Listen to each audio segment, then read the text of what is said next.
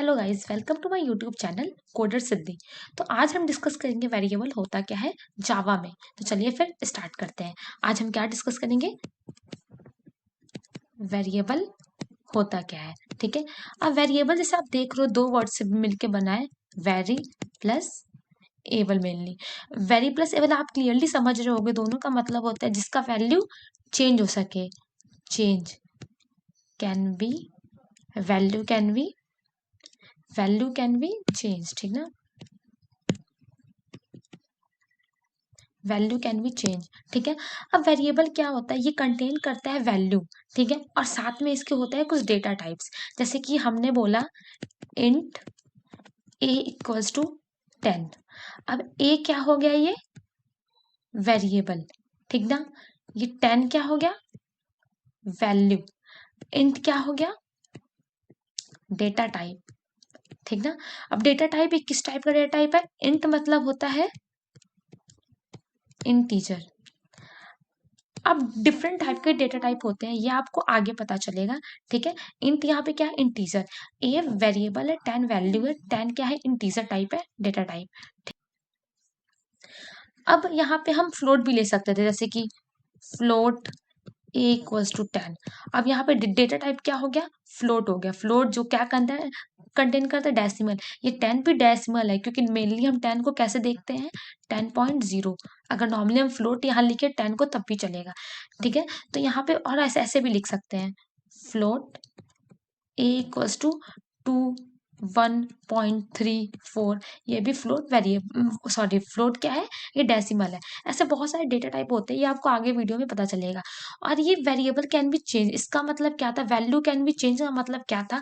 जैसे कि हमने डिक्लेयर किया int a equals to b, या फिर इंट ए इक्वल्स टू 10, तो हम इसको वैल्यू चेंज कर सकते हैं बाद में। ए की वैल्यू हम 20 भी कर सकते हैं। ठीक ना, ऐसे भी कुछ कर सकते हैं। ठीक है, तो value can be change.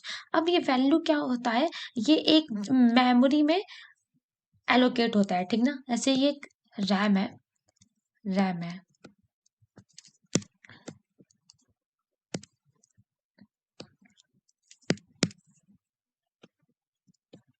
RAM है।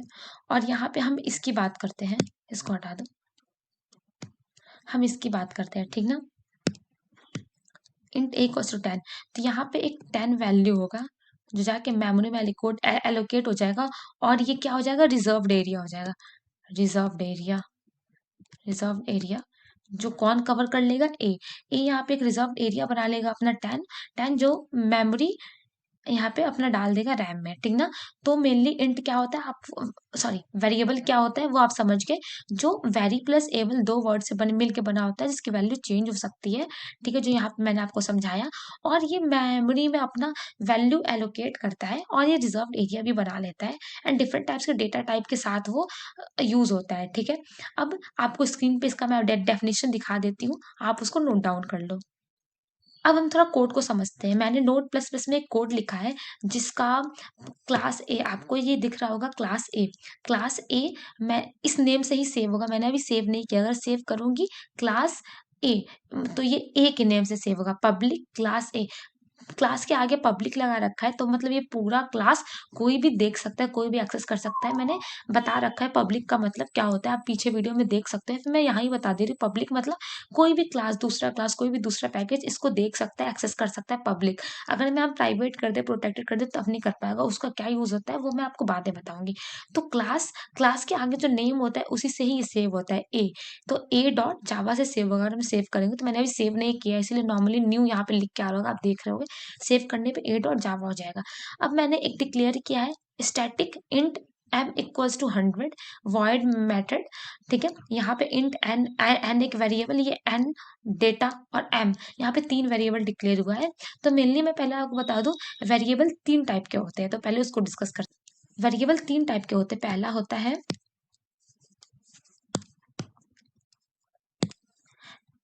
पहला होता है लोकल वेरिएबल, दूसरा होता है इंस्टेंस वेरिएबल, तीसरा होता है स्टैटिक वेरिएबल। अब लोकल वेरिएबल मेनली होता है जो किसी मेथड के अंदर डिक्लेयर हो। मेथड क्या होता है वो मैं कोड में अभी आपको बता दूंगी और आगे चल के भी आपको पता चलेगा। इंस्टेंट क्या होता है, जो मेथड के अंदर लेकिन क्लास के बाहर होता है। ये क्या होता है, method and class, method and class दोनों के अंदर होता है, इनसाइड होता है। ये बस किसके इनसाइड होता है, क्लास के इनसाइड होता है, लेकिन मेथड के आउटसाइड होता है। ये मेनली क्लास में ये भी होता है, ठीक है, लेकिन इनसाइड होता है, ये क्लास के इनसाइड ही होता है, लेकिन ये स्टैटिक के साथ होता है। आगे अपना स्टैटिक लगा लेता है वेरिएबल में। तो आपको मैं कोड में पहले समझाती हूँ तीनों कैसे करते हैं और मेथड भी क्या होता है ये भी मैं आपको बता। तो मैंने ये कोड दिखाया ही था आपको पहले। तो यहाँ बात करते हैं पहले लोकल वेरिएबल की। लोकल वेरिएबल में इंट n इक्वल्स टू 90, तो ये वॉइड मेथड, वॉइड मतलब कुछ भी रिटर्न नहीं कर रहा है, ये मेथड, ये जो दो कर्ली ब्रैकेट है ये क्या है, ये मेथड है, ठीक ना। ये कंप्लीट एक मेथड है, वॉइड साथ में लगा, इसका मतलब ये कुछ रिटर्न नहीं करेगा। प्रिंट चाहो करवा सकते, कुछ रिटर्न नहीं करेगा। और ये मेथड ही मैंने इसका नाम रख दिया। यहाँ पे कुछ और भी नाम रख सकते हैं, और अगर ऐसे कुछ लिखे तो इसे मेथड कहलाता है। क्लास के अंदर अगर हम ऐसे कुछ लिखे तो ये मेथड होता है, ठीक है।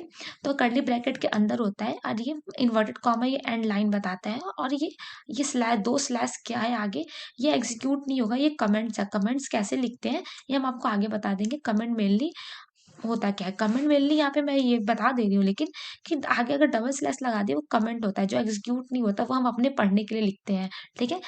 यहाँ पे कमेंट लिखा है मैंने, इंट n इक्वल्स टू 90, तो ये मेथड के अंदर है।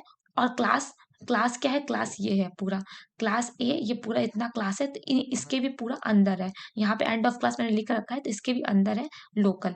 लेकिन जो इंस्टेंट है वो क्या है, ये मेथड है। लेकिन ये मेथड नहीं होता है, क्योंकि ये नॉर्मली हम लोग इसे मेथड नहीं कहते, ये हम लोग एक कहते हैं यहाँ पे। ये यहाँ से जावा कोड रन होता है मेन से, तो ये मेथड के अंदर नहीं आएगा। ये नॉर्मली एक अपना मेथड है जावा का, तो ये इसके अंदर है, इसके अंदर चलेगा।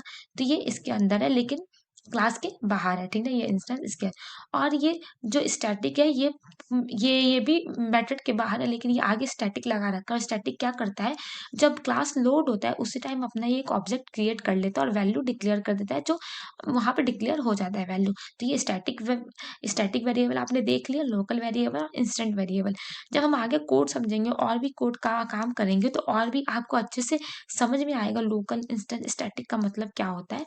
तो आगे के वीडियो में आप देखना। तो यहाँ तक हमारे वीडियो में बने रहने के लिए धन्यवाद। आगे की वीडियो देखने के लिए हमारे चैनल को सब्सक्राइब करें और बेल आइकन को क्लिक करें। कोडर सिद्धि।